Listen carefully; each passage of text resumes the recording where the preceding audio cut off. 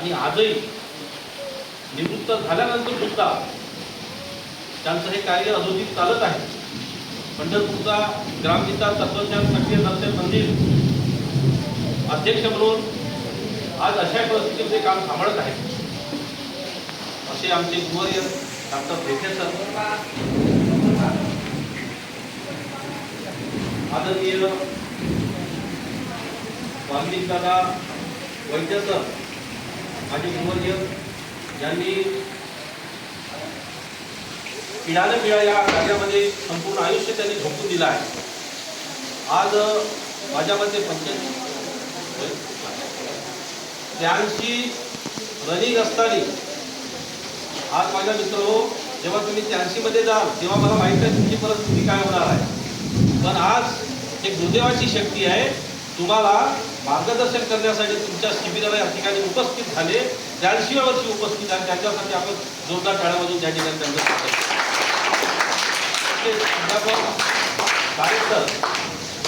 माझे मित्र ज्यांनी या चंद्रपूर जिल्ह्यामध्ये नंदुरी गाव प्रथमतः आदर्श करून दाखवलं, त्यांचे मामा ते सुद्धा पंढरपूरला ग्रामविकास तत्वज्ञान सक्रिय दर्शन मंदिर पंढरपूरचे या ठिकाणी संचालक पदावर आहे.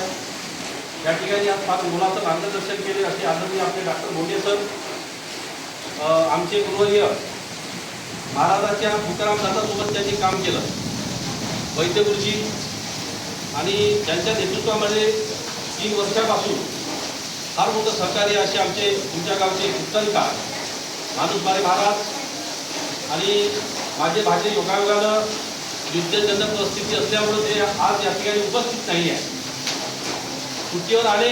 आणि दरवर्षी तुम्हाला माहिती आहे 10-15 दिवसासाठी सुट्ट्या काढून आणि तुमच्यासाठी सुट्ट्या घालवतात ते. मी घडलो आहे, मी देशाचा सैनिक झालो आहे, तसा सुद्धा माझा गावातील मुलगा, माझ्या प्रदेशातील मुलगा हा सैनिक झाला पाहिजे की त्यांची तन्मन भावना असते. माझा भाचा आहे, आधी आवर्जून या ठिकाणी त्यांचे नाव घेतो आहे. असे आणि इतर आपले सरपंच आहेत, आमचे दुर्दैव सेवा मंडळाचे निष्ठावंत कार्यकर्ते माणिकराव दादा दुसरे आहेत, आणि बरेच आता हे पाहुणे महाराज आहेत जामणीचे, आणि उपस्थित सर्व या ठिकाणी माझ्या विद्यार्थी बालमित्रांनो.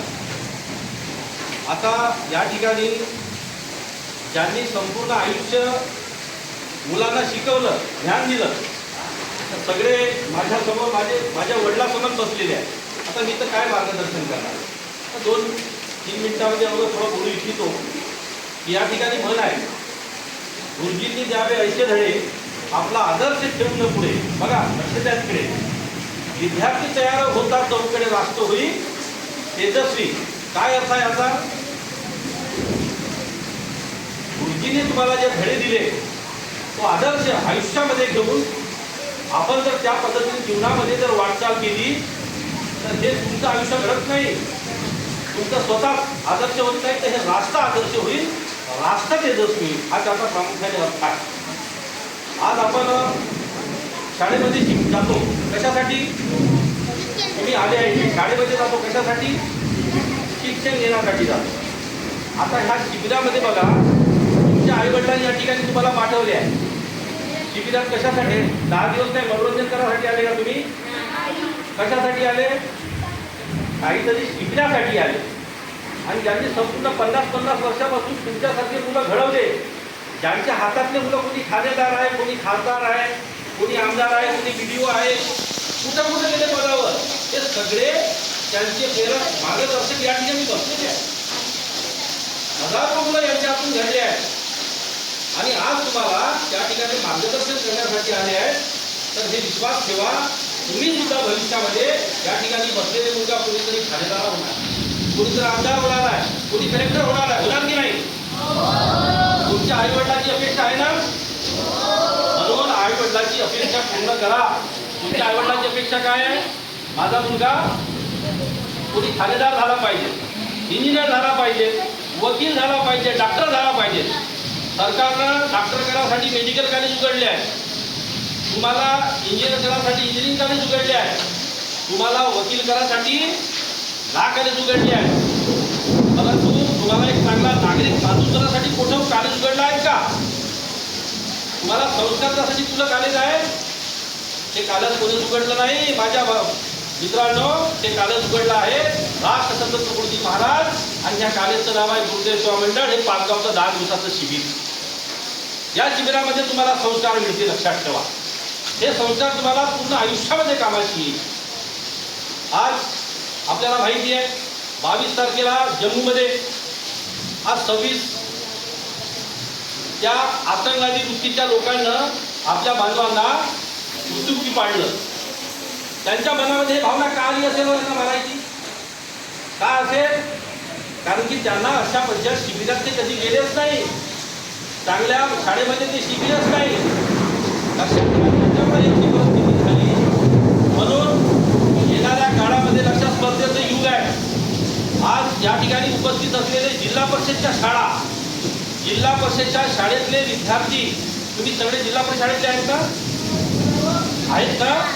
हा, सांगा. जिल्हा परिषद शाळेत आणि त्या शाळेमध्ये या ठिकाणी उपस्थित सगळे आमचे गुरुजी यांनी जिल्हा परिषद शाळेला मुलांना शिकवले आहे. कॉलेज कुठं जाऊन शिकवले नाही. आज 12वी मला वाटतं ग्रॅज्युएशन करून जेकर सरांनी मुलं घडवले आहेत. मी सुद्धा एक जिल्हा परिषद शाळेचा विद्यार्थी आहे. माझं गाव पाचाडा आहे. मी माझ्या आजोबापासून गुरुदेव सोडण्याचं काम करतो आहे. घरी आजही प्रार्थना आहे, प्रार्थना करतो आहे. तुमच्या परिसरामध्ये मी आज दगडूशेठले कारकून आहे. मला 2 पुरस्कार आहे माझ्या मित्रांनो. मी तुमच्यासारखा जिल्हा परिषद शाळेचा विद्यार्थी. मला कोणी शिकवायला तयार नव्हतं. 7व्या वर्गात असताना माझे बाबा मरण पावले, आई अनपढ. मी शिकलो. मी त्या ठिकाणी प्रार्थनेत माझ्या घराला लागून प्रार्थना मंदिर होतं. दररोज सकाळ संध्याकाळ मी प्रार्थनेला जात होतो. महाराजांचा विचार त्या ठिकाणी मला एक विचार प्रेरणा मिळाली आणि मी शिकलो, नोकरी मिळवली. तुमच्यासारखं काही दिवस आर्मीचंही काम केलं भाच्यासारखं. आणि आज शिकलो. आज शासनानं माझी दखल घेतली. राष्ट्रपती आणि राष्ट्रपती पुरस्कार, राज्यपाल आणि राष्ट्रपती पुरस्कार मला भेटले मित्र. कशामुळं? आज तुम्ही भाग्यवान आहात. सगळ्या गोष्टी तुमच्याजवळ आहेत. नाही आता जी परिस्थिती झाली आज, कदाचित तुकडोजी महाराज ज्या वेळेस जन्म झाला, कोणत्या दिवशी तुकडोजी महाराजांचा जन्म झाला? 30 एप्रिल 1909. कुठे झाला? यावली. कोणत्या जिल्ह्यात आहे? अमरावती. बरं. ज्या दिवशी चंद्रपुरी झोपडीमध्ये महाराजांचा जन्म झाला त्यावेळेस सुद्धा अशीच परिस्थिती असावी आज आपण पाहत आहोत. आहे दोघं पाऊस पडत आहे, विजा कडाडत आहे, तुफान वारा येत आहे. आज लक्षात ठेवा, महाराज त्याच परिस्थितीमध्ये जन्म घातला महाराजांना आणि आज महाराजांनी पूर्ण जगामध्ये राष्ट्रसंत नाही, पूर्ण विश्वामध्ये महाराजांचं नाव झालं आहे. महाराजाला राष्ट्रसंत नावाची पदवी कोणी दिली बेटा? राष्ट्रसंत महाराजाला पदवी कोणी दिली तुम्हाला माहिती आहे? भारताचे पहिले राष्ट्रपती डॉक्टर राजेंद्र पहिले होते ना. हा, त्यांनी महाराजाला राष्ट्रसंत पदवी का दिली? का दिली? या भारतामध्ये राष्ट्रसंत पदवी कोणत्याही साधू संतांना महाराजांना नाही, फक्त एक आणि एक आपले तुकडोजी महाराज आहे ज्यांना पदवी शासनाने दिली आहे, राष्ट्रपतीने दिली आहे. या काळामध्ये महाराजांच्या या आश्रमामध्ये त्या काळामध्ये काय व्यवस्था होत्या? सरकारला उशिरा जागा आली. आज तुम्ही जे तुमचा शौचालय आहे दवाखान्यात तेव्हा होते का? महाराजांच्या आश्रमात जेव्हा झोपडीमध्ये होते, जेव्हा राजेंद्र प्रसाद जेव्हा आश्रमामध्ये भेट द्यायला आले त्या ठिकाणी त्यांना बघितलं. आश्रमामध्ये शौचालयाची व्यवस्था महाराजांनी केली. त्या ठिकाणी दवाखाना महाराज चालवत होते. त्या ठिकाणी लायब्ररी होती, पुस्तकं वाचायची, इंग्रजी लायब्ररी. काय म्हणजे महाराजांना किती दूर दृष्टिकोन होता की महाराजांना माहित होता आजपासून 50-70 वर्षापूर्वीची व्यवस्था महाराजांनी करून ठेवली होती. ते महाराजात किती तत्वज्ञानी होते. ग्रामगीता कोणी लिहिली? ग्रामगीता कोणी लिहिली? तुकडोजी महाराजांनी. बरोबर आहे ना? बरं, हे ग्रामगीता कोणासाठी लिहिली? हा, व्हेरी गुड. कोण बोलता तो? हा, या जगाचा पोशिंदा जो अन्न पिकवतो, काय जो अन्न पिकवतो, तुम्हाला सगळ्याला जगाला जगवतो, सगळ्यांचं पोट भरतो, त्यांच्यासाठी महाराजांनी त्या शेतकऱ्याला ती ग्रामगीता दिली. ग्रामगीतेमध्ये तुम्ही कोणत्यापैकी कोणी वाचले असाल, ग्रामगीतेमध्ये किती अध्याय आहे? पहिल्या अध्यायाचं नाव देवदर्शन. पहिली ओवी सांगू शकता कोणी? हा, बेटा तुम्हाला शिबिरात हेच शिकायचं आहे. योगा, प्राणायाम, तुम्हाला भजन कसं म्हणायचं आहे, ठीक आहे, खंजरी कशी वाजवायची आहे, हार्मोनियम कसं वाजवायचं आहे, हे जगातल्या कोणत्याही शाळेत किंवा विद्यापीठात हे शिक्षण मिळत. हे फक्त एकच भेटते गुरुदेव सेवा मंडळ आणि शिबिरामध्ये. आज माहित आहे, काल मी गोजरीहून जाऊन आलो. गोजरीला 250 मुलं आहेत. गोजरीच्या आपल्या आश्रमामध्ये 250 मुलं आहेत. मंत्री हंसरावला न्यायचं होतं, पण त्याला जमलं नाही, तो गेला तिकडे दिल्लीले. मीच जाऊन आलो, मीच मंत्री जाऊन आलो. हा, तिथं 250 मुलं आहेत, तिथं विदर्भातले मुलं आहेत. आणि आपल्या आश्रमातले मुलं काय काय झाले? आपल्या आश्रमातले मुलं चांगल्या चांगल्या पदावर गेले. कोणी ठाणेदार आहे, कोणी बीडीओ आहे, कोणी शिव आहे, माहित आहे का तुम्हाला? आणि त्याच्यासाठी त्यांनी शिबिरात भाग घेतला, तेव्हा ते त्यांना प्रवेश भेटला. तुम्ही भाग्यवान आहे का? तुम्हाला लांब इथं शिबिर दर 3ऱ्या वर्षापासून आदरणीय डेटे सरांच्या नेतृत्वामध्ये या ठिकाणी आपण शिबिर घेतो आहे. अरे पोरो हो, तुमच्या आईवडिलांचं स्वप्न पूर्ण करा. आज शिक्षण पद्धतीचा काळा बाजार झाला आहे तुमचा, सांगा तुम्ही सांगा. कोणाच्या आईवडिलाजवळ 4-5 करोड आता बँकेत आहे का? बॅलन्स तुमच्या पैसे आईवडिलाजवळ कोणाच्या आहे का? मला सांगा, मी सांगतो त्याचं कारण काय. 4 करोड तुमच्या पुन्हा आईवडिलाजवळ आहे का? आज अशी परिस्थिती आहे, तुला डॉक्टर जर करायचं असेल, आईवडिलाचं स्वप्न असेल तर 4 करोड डोनेशन द्यावं लागते. तुमची इच्छा आहे का? आईवडील तुमचे देऊ शकते का 4 करोड? मग तुम्हाला डॉक्टर तर माहित आहे, मग बाबाने 4 करोड आपण देऊ शकत नाही. मग त्याच्यासाठी का करावं लागेल? हा, अभ्यास करावा लागेल. अभ्यास केल्याशिवाय दुसरा पर्याय नाही आहे. आणि तुकडोजी महाराजांचा विचार घेऊन संस्कार घेऊन काम करावं लागेल. आज विज्ञान तंत्रज्ञानात खूप मोठी प्रगती केली आहे, मान्य आहे मला. एखादा बांब टाकला, तुमच्या पारद्यावर एक बांब टाकला समजा, शास्त्रज्ञ विज्ञानाला खूप प्रगती केली आहे. तुमचं सगळं बांब पारगाव आणि हा तालुका पूर्ण एका क्षणामध्ये जळून खाक होऊन जाईल. एखाद्या माणसाला इंजेक्शन दिलं, झै दिलं, 5 मिनिटामध्ये त्याचा जीव चालला जाईल. परंतु सरकारनं असा कोणता बांब किंवा इंजेक्शन तयार केलं काय का? पाचगावातले या शिबिरातले सगळे मुलं आणि माणसं इमानदार होऊन जाईल. केलाय? अरे तो बांब केला आहे आपल्या तुकडोजी महाराजांनी.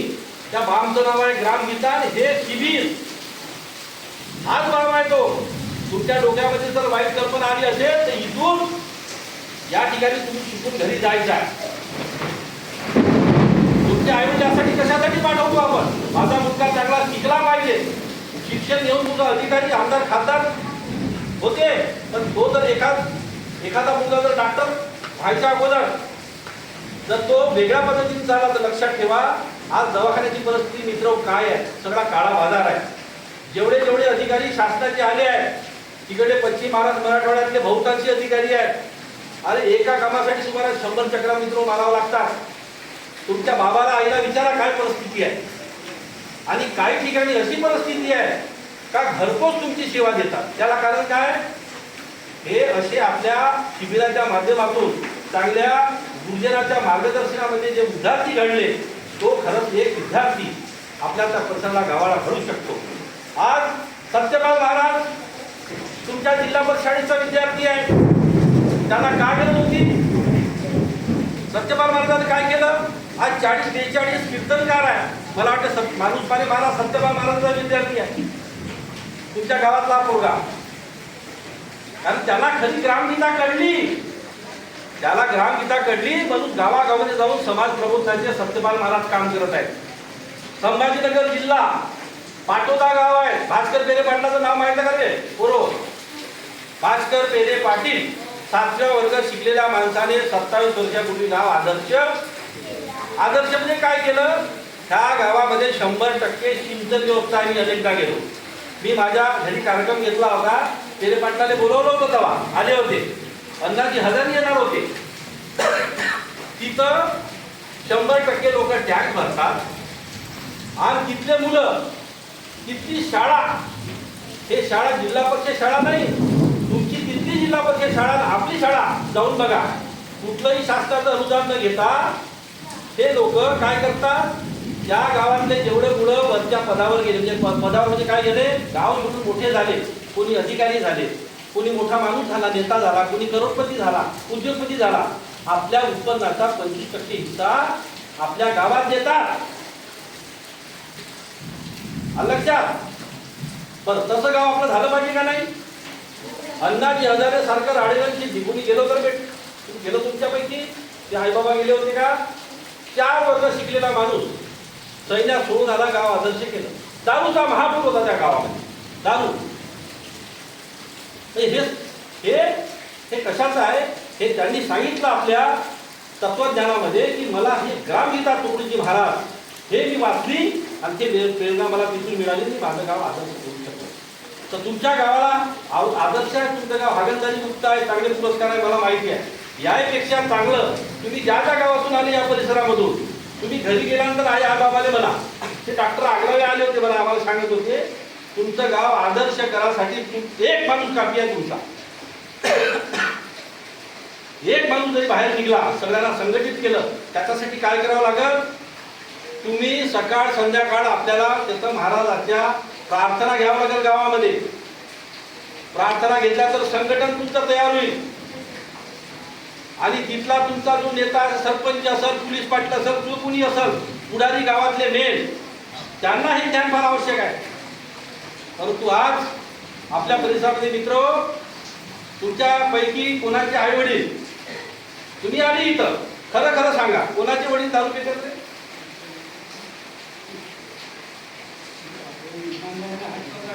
किती लोक आहेत बरं का?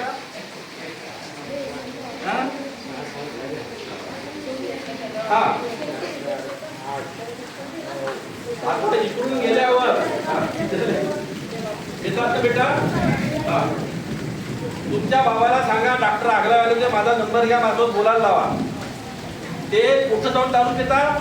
भट्टीवर, बिअर बार मध्ये. त्यांना दारूच्या कारखान्यात ती स्वतःच्या खर्चानं देतो. तुमच्या बाबाला स्वतःच्या खर्चानं मी तुमच्या घरी गाडी पाठवतो, मी स्वतः येतो, दारूच्या कारखान्यात मी स्वतः देतो.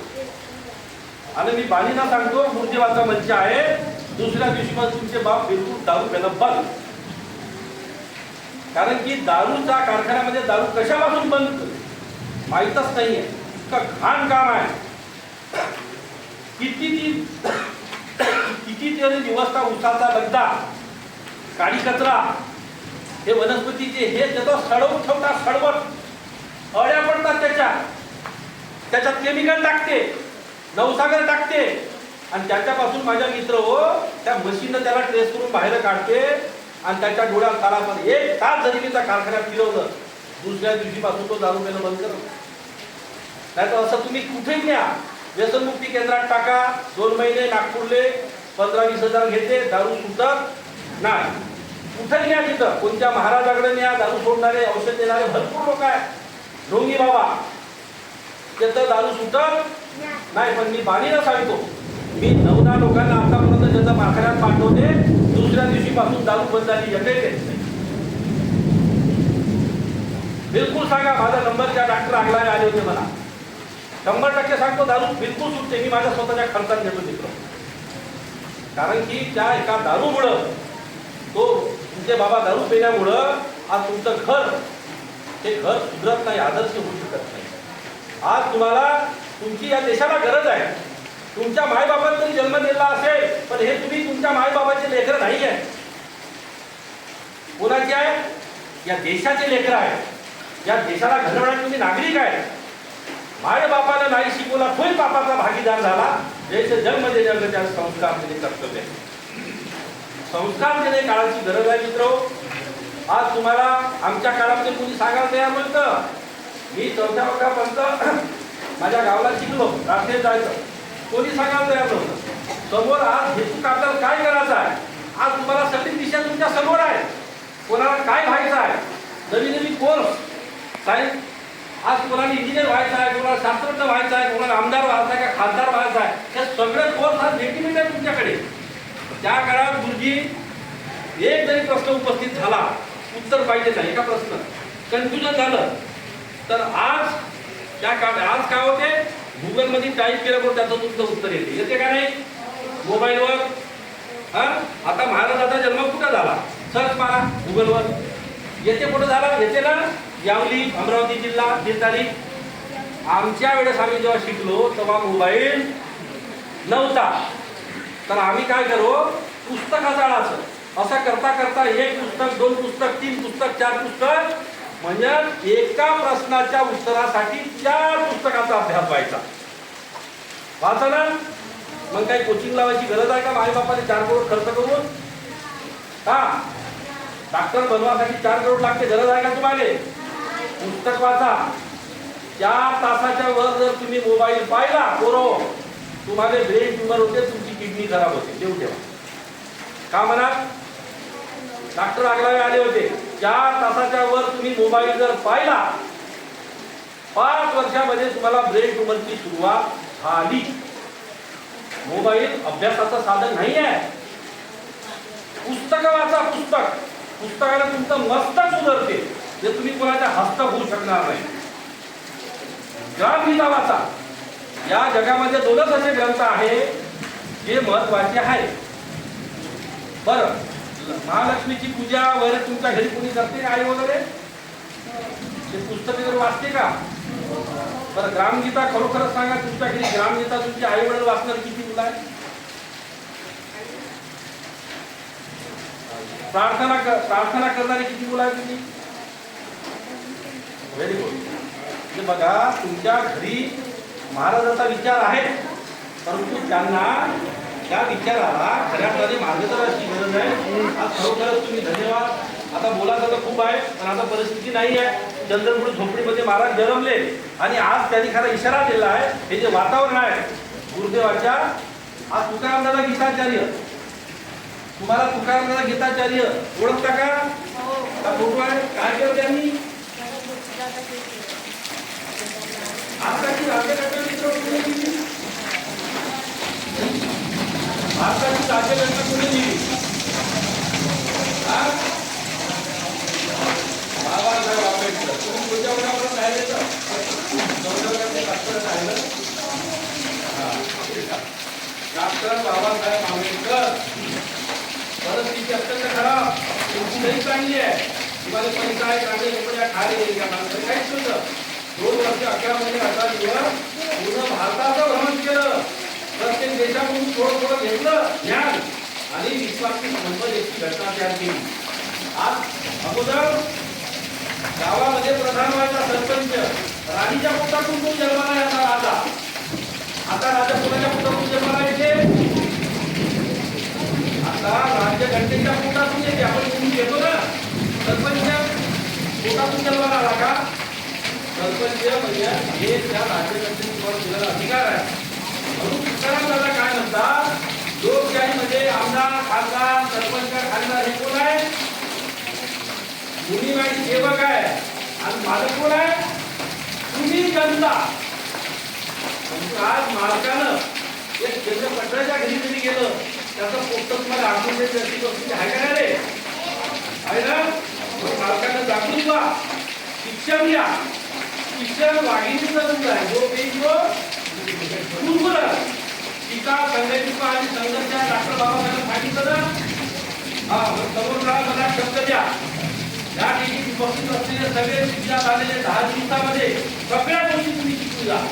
योगा, प्राणायाम, भजन, कीर्तन, सगळ्या गोष्टी इथं धन्यवाद करील आदरणीय देशे सरांचं.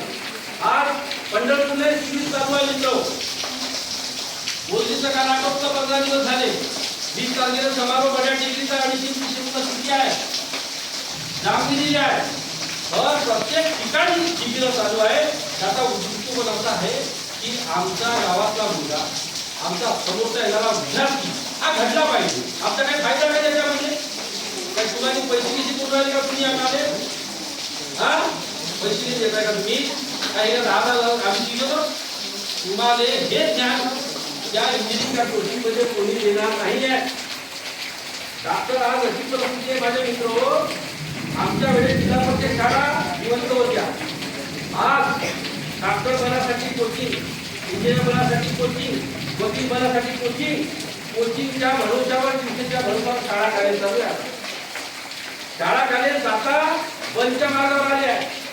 जिल्हा परिषद मध्ये जे इथं असं म्हणजे ज्या जिल्हा परिषद मध्ये ज्या शिक्षक आहे त्यानं पोरगा आपला छान जिल्हा परिषद शिकवायला पाहिजे.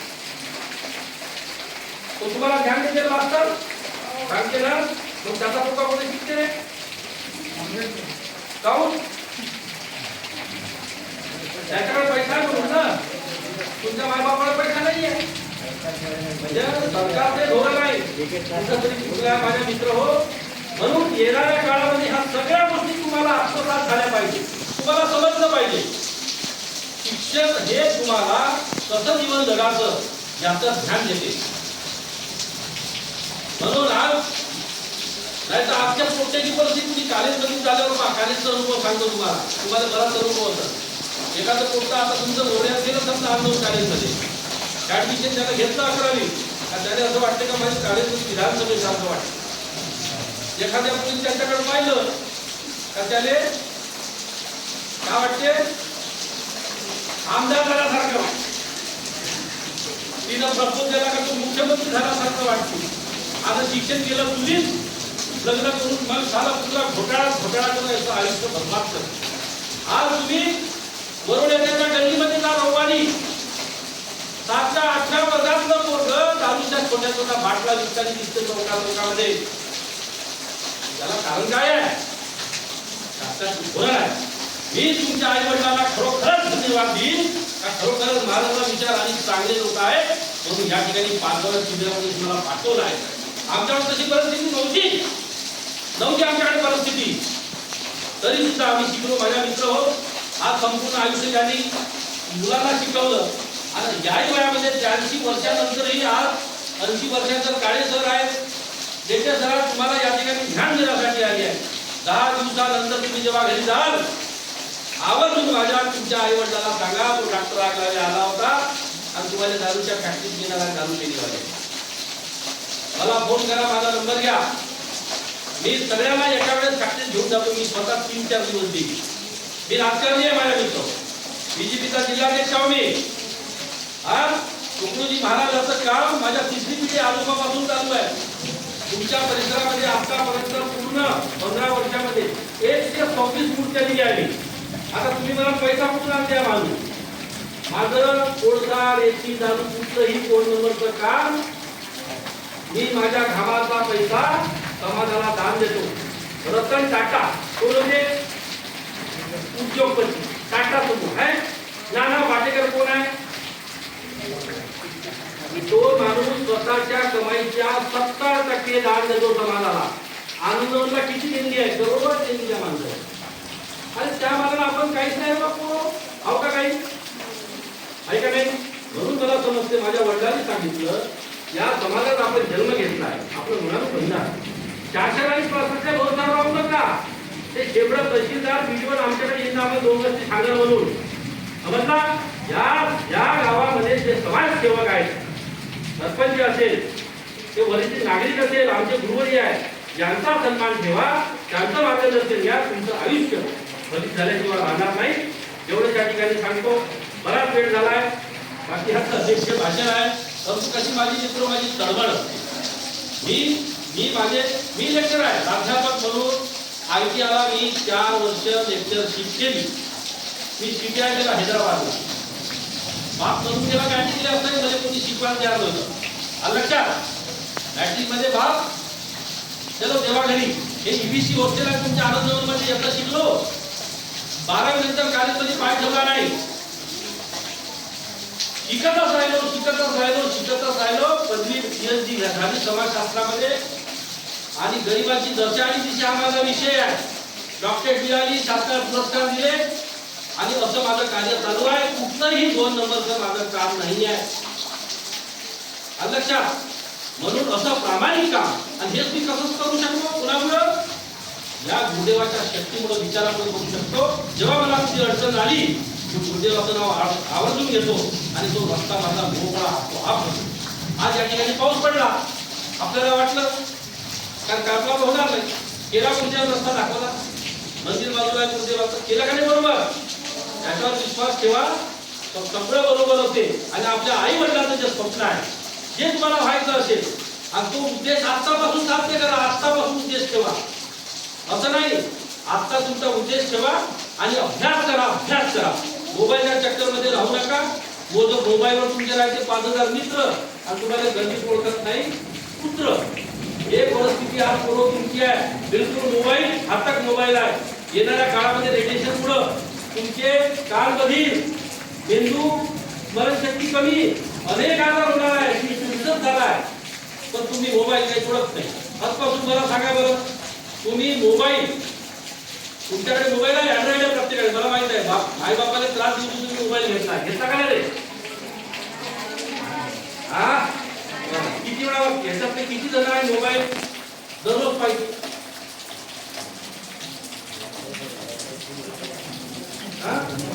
पहा मोबाईल दररोज पहा. आज असं म्हणाय नाही, पण का कधी पाहता? आज राज्याची देशाची परिस्थिती काय? न्यूज पाहता, न्यूज बातम्या. कोरोना काळामध्ये कोरोना झाल्यामुळं ऑनलाईन अभ्यास झाले आहे ना, त्याच्यामुळं पोरं लागले कामाले त्या मोबाईलच्या. आणि तेव्हापासून खरं मोबाईलचं फॅट पोरं बिघडले पहा. आता तशी परिस्थिती मित्र नाही आहे. खऱ्या अर्थानं सगळ्याला धन्यवाद. आणि मी पुन्हा वरून सांगतो, घरी गेल्यावर आई बाबाला माझा नंबर घ्या, त्यांना बोला आणि मी माझ्या स्वतःच्या खर्चाने त्यांना कारखान्यात देतो.